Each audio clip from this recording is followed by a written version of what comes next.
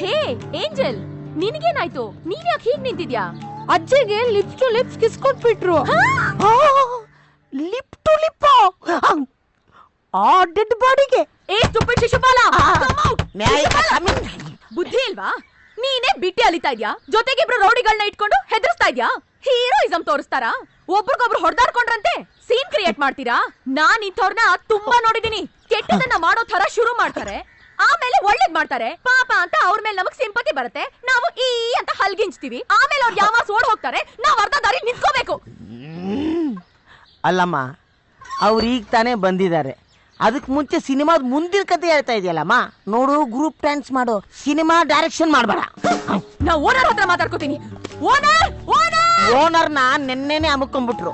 ಇವ್ರುಗಳ ಮುಖದಲ್ಲಿ ರಾಜ ಕಳೆ ಕಾಣ್ತಾ ಇದೆ ಅಂತ ಅವ್ರು ಹೇಳಿದ್ರು. ನಿನಗೂ ಕಾಣುತ್ತೇನೋ, ಒಂದ್ಸಲಿ ನೋಡ್ಬಿಡ್ತೀಯಾ?